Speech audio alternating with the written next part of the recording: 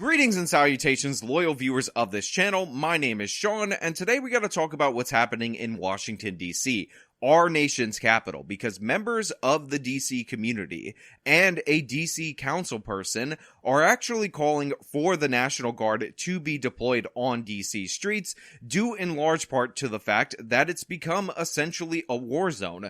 Crime is up across the board, which is not surprising based on the fact that not too long ago they introduced legislation in order to soften penalties for everything, including murder, and this was championed not just by the local woke DC City Council people, but by the White House itself. Here the press secretary praised this bill and how progressive it is. To the team, and we have a couple of things that I just want to lay out for all of you and on what the DC bill does. It reduces maximum penalties for offenses like murders and other homicides, armed home invasion burglaries, armed carjackings, as I mentioned, armed robberies, unlawful gun possession, and some sexual assault. Well, it's led to upticks in crime in every single category. We're going to get into this. We're going to break this down. But before we do that, I just want to say thank you to everybody who signed up over at actualjusticewarrior.com/join.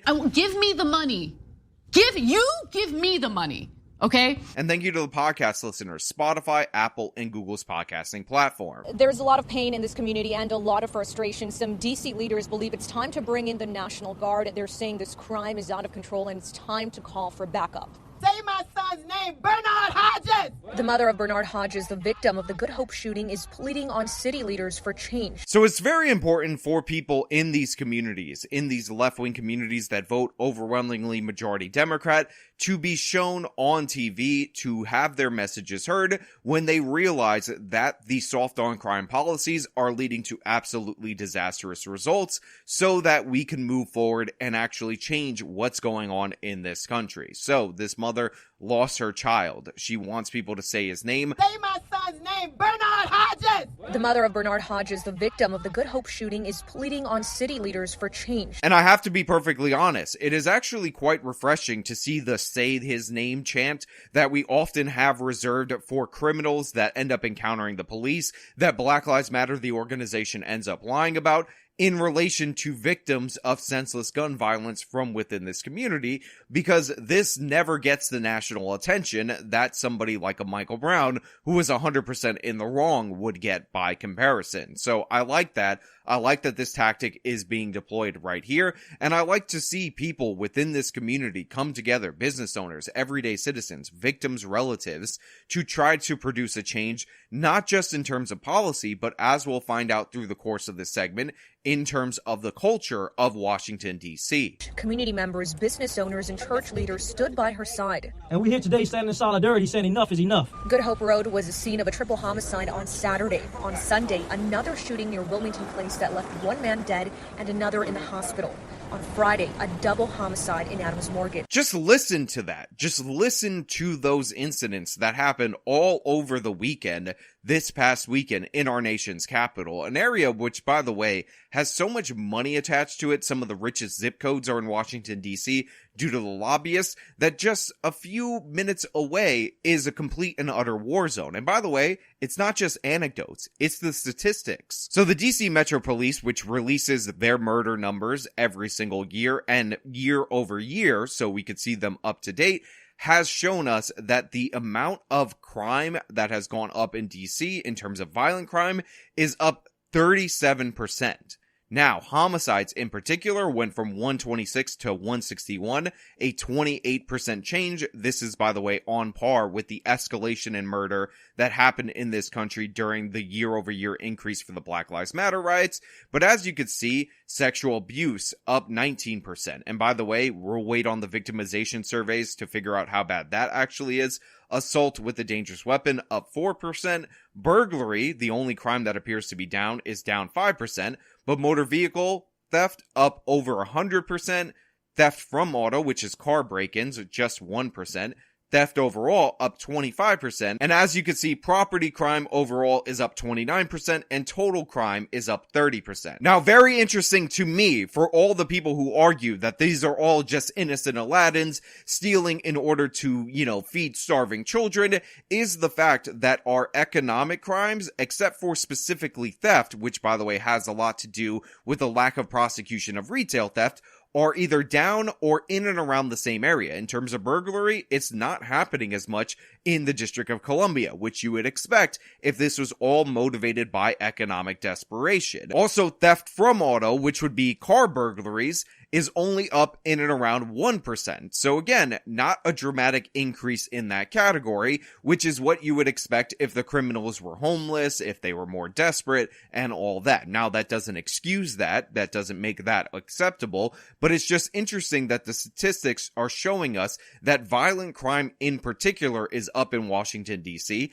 but not surprising because we've talked about in the past that the DC Metro Police Force has lost a bunch of members. They're down a significant percentage, just like many departments across this country, and even their attempts to improve recruiting have not actually resolved the problem because they doubled their recruiting budget, yet they're still at a third of their goals each and every month, and it's only getting worse. To the team, and we have a couple of things that I just want to lay out for all of you and on what the DC bill does. It reduces maximum penalties for offenses like murders and other homicides, armed home invasion burglaries, armed carjackings, as I mentioned, armed robberies, unlawful gun possession, and some sexual assault. Now, it's really important to understand that that legislation that was passed in the District of Columbia was passed based on the same logic often put forward by left-wingers who are interested in denying crime, and it was exactly the type of arguments that I was going up against in my conversation/debate with Sam Seder. If you look at the 2022 numbers,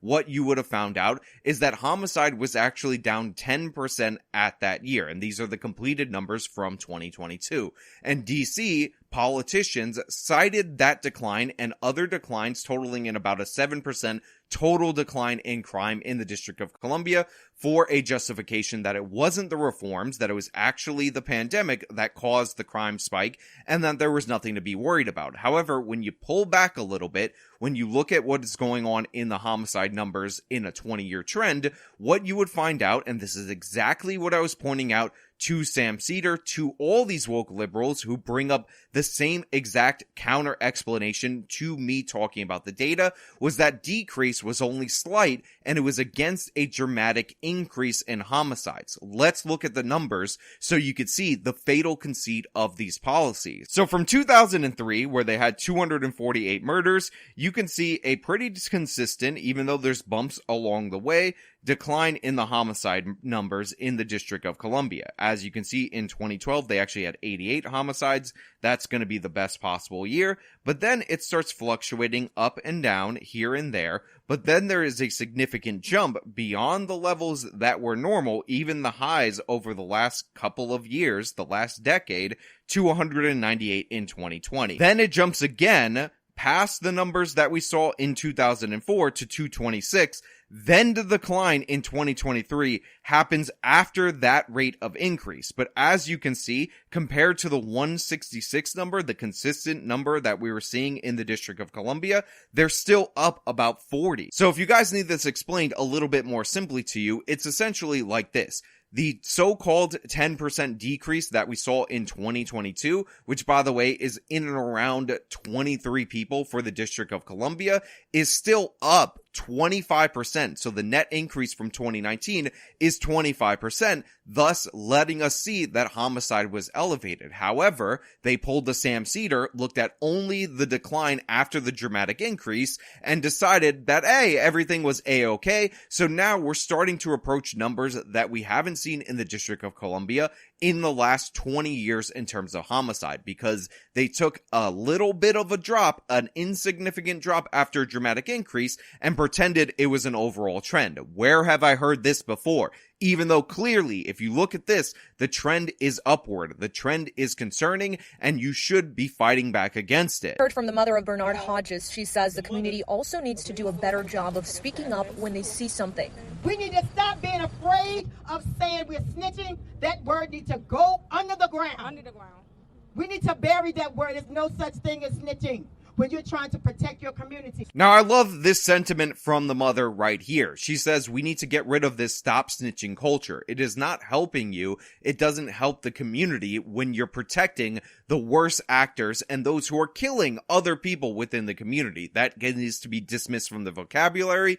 And in and around them calling for the National Guard, and by the way, they also called for more police and also called for more mental health programs. They also called for after-school programs and all these other additional things. I think this is the most crucial because this is something that can be changed without anything from the city. A change in the culture would lead to better results. It's not all about the resources. However, the fact that there is a growing sentiment among residents in the District of Columbia that they need to deploy the National Guard really goes to show you how out of hand this actually is, and how going back to a near 20-year high to numbers we haven't seen for 2 decades is not going to be tolerated, hopefully, by members of this community. So I am proud of them for stepping up. I'm sorry for this woman's loss. I'm sorry for everybody's loss that are going on in the District of Columbia, but mostly I'm sorry for the left wing trying to pretend away this crime increase, saying, oh, well, it declined in the last 4 days, so we're totally fine. Children in the Southeast community no longer feel safe. The wife of Hodges says he worked several jobs to provide for his family. She says he was strong, intelligent, and a family man who leaves behind 4 boys. We gotta do better,